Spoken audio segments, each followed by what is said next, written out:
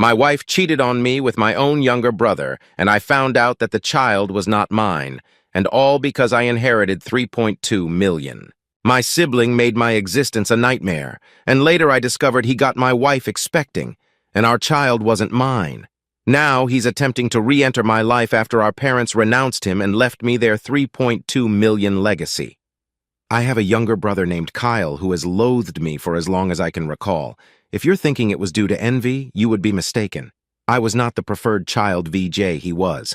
Let me provide you some background. My mom always indulged my younger sibling. He was the golden boy in our family. Mom would prepare his meals, do his laundry, and even ask me to assist him with his schoolwork. I was expected to help just because he was family, but this favor was never returned to me. I came to accept it as I was quite self-sufficient, perhaps partly my fault for accommodating his demands without expecting anything in return. He never assisted me when I needed it and only reached out when he required something from me. I was a quiet, introverted child who enjoyed studying and keeping to myself, while he was exactly like our dad VDJJ, boisterous and loud. I also tend to be direct and honest, not sugarcoating things. I believe my mother might have developed a negative view of me due to my honesty. Consequently, Kyle was everyone VJTM's favorite in our family. I didn't VDJTM mind this while we were growing up. The trouble began when he found ways to torment me or ridicule me for being different from him. He would tease me about my height or the fact that I wore glasses. He would sneak into my room and try to read my diary, then report anything I had written to my mom. I would yell at him and complain to my parents about him violating my privacy, but they would laugh it off, telling me it wasn't a big deal. He did more terrible things, like nearly breaking my glasses and putting disgusting things in my food. Once he even put small stones in my cereal, but fortunately, I found them before they could damage my teeth. I told my mom, but she dismissed it, saying that VDJTM is how brothers bond. Every time we argued, Kyle would insult me, focusing on all my insecurities. We attended the same school, so he knew I was being bullied by a couple of kids. Instead of supporting me, he would join them in calling me names like loser or nerd, and encourage the bullies to physically harm me because, according to him, I was just a big failure. One time we had an argument about something trivial, and at the end of the fight, he told me to end my life. Other insults I could ignore, but that one really hurt because I was struggling with my mental health at the time. IVJTMM doing better now, but it was painful to hear that my own brother wanted me to die. Since Dad was often at work and Mom didn't VJTMT seem to care much VJ, she even scolded me once, claiming it was my fault for playing and annoying him. VJ things got progressively worse. Once he tried to burn my hair when we were in high school, and shockingly, Mom sided with him, insisting he was just playing. Fortunately, Dad eventually took my side and pointed out that there were serious problems. He threatened to call the authorities on Kyle. This was an eye-opening moment for my brother because until then, he had never been reprimanded for any of his actions. He was taken aback, and Dad continued to tell him how enough was enough and that he needed to start respecting his older sibling. Later, Dad came into my room and talked to me. I had never expected my dad to support me, because he always told Kyle while he was growing up how similar both of them were, which was true. Dad told me that he had patiently waited for years for Kyle to mature, thinking maybe he was just being an immature kid, but he was slowly starting to realize that Kyle was becoming a big bully. When I heard my dad say this, I felt so validated that I almost broke down in tears. I confessed to my dad everything that Kyle had done to me over the years and even opened up about the bullying in school. My dad was shocked that I was going through so much. The next day, he went and talked to the principal so my bullies could be warned about severe consequences if they continued. Later in the evening, my dad enrolled me in MMA at our local gym. He told me that I needed to toughen up and stand up to bullies in my life. I will admit that a nerdy kid like me trying to learn to fight must have been laughable to watch. However, like everything in my life, I am very focused when I want to learn something. I carved out time for my studies so I could work out every day and go to MMA classes. Not to boast, but it completely changed my life and my physique. One day, Kyle was at it again. He had stolen my pocket money, which we used to get if we helped our parents with chores. I had been saving my money for quite some time. Kyle had sneaked into my room and taken my money. I caught him when he was about to cycle off with his friends. I firmly told him to give me back my money since he knew stealing was wrong, but Kyle snickered and taunted that all I could do was run to Daddy for help. I don't know what came over me, but I gave Kyle a resounding punch to his face. He was stunned in silence as he fell backward on the ground. I picked him up, took out my money from his trouser pocket, and then threw him back down on the ground. Kyle started to cry loudly like a little baby. It was comical to see a teenage boy crying on the ground. However, my mother came running out the door, hearing her baby boy, to help him up and find out what had happened. When she learned that I had fought with him, she was surprised and then started to reprimand me. She told me that as an older brother, I should teach better things to Kyle, while Kyle seemed to be enjoying seeing me being chastised. My mother also complained to my dad about how I had thrashed Kyle and how I needed to be controlled. My dad grimly asked both of us to explain ourselves. I told him how Kyle had stolen the money that I had worked hard for and saved up, while Kyle attempted to justify how he needed the money for a date and that as my brother, I should help him. However, Dad told Kyle that he was lucky that I just punched him for stealing my money because anyone else would have called the police on him. My dad continued to tell Kyle how he had no right to take others' things without their consent. Kyle didn't like that and started to throw a tantrum, probably wanting our mother to side with him, but Dad remained firm. When Kyle realized that I was not going to be punished for punching him, he screamed how much he hated me and then ran back into his room and locked himself in. Since that incident, Kyle maintained his distance from me. He had finally realized that he could not bully me anymore, and even Dad was not supporting his antics. For the first time in a long time, I felt we were equals. Even though he could not physically hurt me, he would try to verbally say nasty things to me when he knew our parents would not be around. It definitely got worse as he got older. It felt like each year he became angrier and had a shorter fuse. If I approached him to ask something, he would simply ignore me to my face and walk away out of the room, calling me a nerd or a loser under his breath if he wanted to say something to me. He would only go through our mother, who would relay the message. I would question my mother as to why Kyle could not just talk to me if he wanted something, and she would implore me to be more understanding. I had no clue if this was just him going through adolescence, and I had to wait it out, or if he actually truly hated me. I used to be able to deal with the things he would say over the years, but it got to a point where I just wanted to move out of home to get away from him. I would go to my mother countless times asking if she could mediate a sit-down conversation for all of us to talk it out, but she always refused, saying she didn't want to get involved. I even asked for her opinion on why he treated me that way, but she would just brush off the question. Eventually, I went away to my dream university since I was a top student and was even qualified for a scholarship. My dad threw a party for me, and my mom seemed proud of me also. However, Kyle remained aloof and distant, barely acknowledging my achievements. The day I left for university was a mix of excitement for the future and relief to escape the toxic environment at home. The first few months at the university were liberating. I made new friends, enjoyed my classes, and started to build a life separate from the oppressive atmosphere I had experienced growing up. The constant fear of Kyle's verbal attacks lifted, and I felt a newfound sense of peace. I began dating my wife Karen when we were both in the second year of university. My friend introduced us at a fraternity party, and we clicked right away. Coming from a religious family, having kids without being married was a big no-no. However, we found out she was pregnant when we were in the final year of university, which prompted us to get married as soon as we graduated.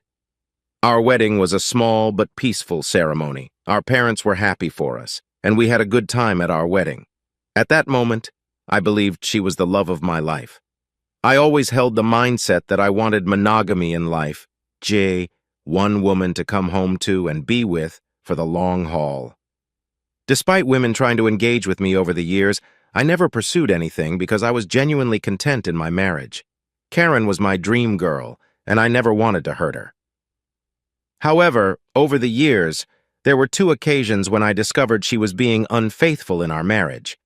One was an on-and-off affair that lasted a few years with her married co-worker, and the other was a fling with an ex she had dated in high school when she went to visit her family states away. I'm sure there will be people who might call me foolish, and looking back, I can't really deny it myself. After a period of separation in both situations, I made the decision to forgive my wife. I never wanted to raise my child in a broken home, and I genuinely believed we could overcome these challenges. We were quite young when the situation with her coworker occurred, so I chalked it up to youthful mistakes and not thinking things through. For a while, things seemed okay with us. I could never fully trust her, but I tried my best to push aside my doubts because I knew that if I chose to forgive her, I had to work towards moving past it and starting with a clean slate. It's been 5 years since the second time she was unfaithful, and I felt like I made the right decision by giving her a chance to show that she still wanted to be in our marriage. For years, Karen seemed to have changed, and we were genuinely happy with plans set in motion for the future of our family. However, 4 months ago, my reality was once again shattered by yet another incident, which in my mind was far worse than the others, when she revealed that she had been sleeping with someone for quite some time, and suggested that our son might not even be mine. Hearing her words, I felt like the ground had been pulled out from under me. A mix of shock, betrayal, and disbelief overwhelmed me. I struggled to comprehend the enormity of what she had just disclosed. In a daze, I managed to ask her why she had kept such a significant secret and how she could have done something so devastating. Her reaction was cold and indifferent. She seemed detached, almost unbothered by the pain she had inflicted. Her responses were vague, leaving me with more questions than answers. It was a surreal and painful moment, confronting the shattered trust and the uncertainties about my own family. I continued to ask Karen to tell me the truth, because I felt like I deserved to know the father of the child since I had been raising our son from the beginning. In the end, she admitted that it was Kyle. My eyes widened in shock as I asked her what exactly she meant by that. This is when Karen told me how she and Kyle had become friends back when I had introduced Karen to my family, and she had stayed with us for Thanksgiving up until New Year's. I remember Kyle, who was usually cold to me, was quite polite and warm towards her. I was glad since I did not want to make Karen feel unwelcome. She wanted to be accepted into my family, so she would spend significant time hanging out with my mom whenever she could. She noticed that Kyle and I were not that close and questioned me about it.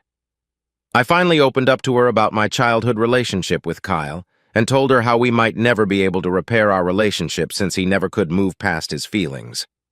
Karen understood. However, she started to include Kyle whenever we would go out, perhaps hoping that both of us would warm up to each other. If we were going to watch a movie, she would invite Kyle, and then we would have to watch whatever movie Kyle wanted to watch. I guess during this time, Kyle and I did talk a few words here and there, which was a significant improvement compared to how he had been giving me the silent treatment for years. I do remember Karen and Kyle would hang out and play video games together, but I never thought much about it. Karen told me how one day Kyle opened up to her about his struggles and his recent breakup with his then ex-girlfriend. He seemed so vulnerable with her, and they struck up a friendship. She said how he would sometimes harmlessly flirt with her when I was not around, and apparently, one thing led to another, and she could not control herself anymore. I closed my eyes as the vision of my wife and brother sleeping together almost made me puke. She told me how guilty she felt after that and ran away from him. After that, she decided to go back home, which was true because my girlfriend had abruptly told me how she wanted to go back home when I thought she would be spending New Year's with me. I tried to convince her to stay, but she was adamant that she had to go after the holidays.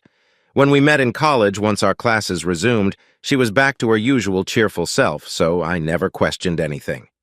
2 weeks after that, we found out that she was pregnant. Now Karen told me that she had no idea whether it was really my child or Kyle's, and she had no way to find proof, because I was already stepping up. She knew out of the two I was the more dependable brother, so she decided to stay with me. And this is why we got married. I felt like my whole world was crashing down around me. The son I had loved and spent countless hours with may not even be mine. I questioned her if she had been sleeping with Kyle in the present times, and she nodded slowly. Karen told me how she and Kyle had always stayed in touch because their chemistry was undeniable. They would sneak off to hotels when she would lie to me that she was working overtime. She told me how half of her business trips were just romantic getaways with him. I asked Karen why she would even be married to me if she really wanted my brother, but Karen told me how she did not want to be the one to break off a marriage, and seeing how I was such a wonderful father to our son, she had stayed with me all this while. In her words, she had made a mistake, and she didn't know when to stop. I simply told Karen that I was glad that she told me the truth and that I was going to pack up and move out. Karen started to cry and ask for my forgiveness, telling me how I was supposed to scream and yell at her, but here I was calmly thinking of my next move. I remained quiet while I walked to my cupboard and started packing some of my clothes into my suitcase. Karen kept saying how if I really loved her, then I should try to at least fight for her, and that mistakes happen in every marriage. When she realized that I was not going to do anything, she changed her tactic and told me how my son would be affected if we got a divorce, and how children should not be brought up in a broken home. I reminded her how I may not even be the father, which then reduced her to tears, and she started to yell at me about being cruel, and how I could easily walk away when I had been there for the child since his birth. It seemed like my wife believed there was nothing that could make me want out of our marriage. I guess it was partly my fault for letting a lot slide in the past. While I did have some love for her, it felt more like it stemmed from the fact that I thought we had a son together and had been together since college. Karen continued to claim that it was not too late and that we could work things out, but I struggled to believe it and felt like I had no more patience to deal with her. Trust was a major issue for me, and her words felt empty. Even if I forgave her, I could never forget that she had slept with my own brother.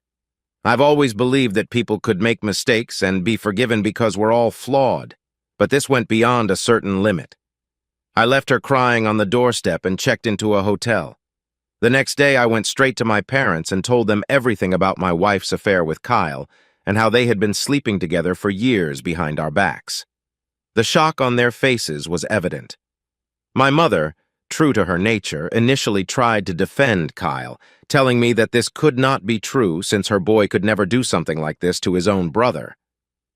Determined to expose the truth, I requested my parents to remain silent and allow me to call Kyle right in front of them. I told them not to make a sound since this is how I could expose Kyle's true colors. I wanted him to think that it was just a private conversation between us so that he could hopefully let his guard down. As Kyle picked up, I laid it onto him and confronted him with the revelation of his affair with my wife. Initially, he denied it vehemently and refused to accept it. Then, when I told him that Karen had admitted to everything, he started to blame Karen, labeling her as characterless. He told me that it was not his fault if women were attracted to him and that he was the better-looking brother.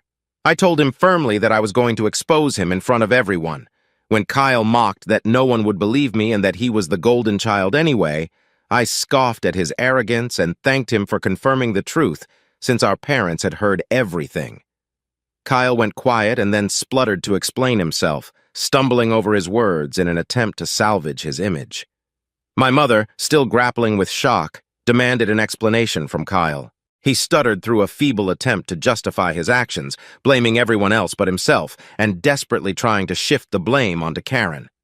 I could see my mother, who was once protective of her favored son, now felt a mix of disappointment and anger. In that charged moment, I felt a strange sense of vindication. For years, I had endured Kyle's torment. Now the truth had come to light, and the roles were reversed. It was Kyle who stood exposed, his actions laid bare for everyone to see. As Kyle's words faltered, my father, usually reserved in his expressions, couldn't contain his disappointment. He asked me to pass him the phone and went off on him. "Kyle," he began, his tone heavy with disapproval, "what you've done is not just a betrayal of your brother, but a betrayal of this family. You slept with your brother's wife and continued even after they got married. Your actions have consequences, and they have irreversibly damaged the trust we had in you. I raised both of you to value family loyalty and decency. What you've shown today goes against everything I've tried to instill in you." He paused, letting the weight of his words settle on Kyle's conscience.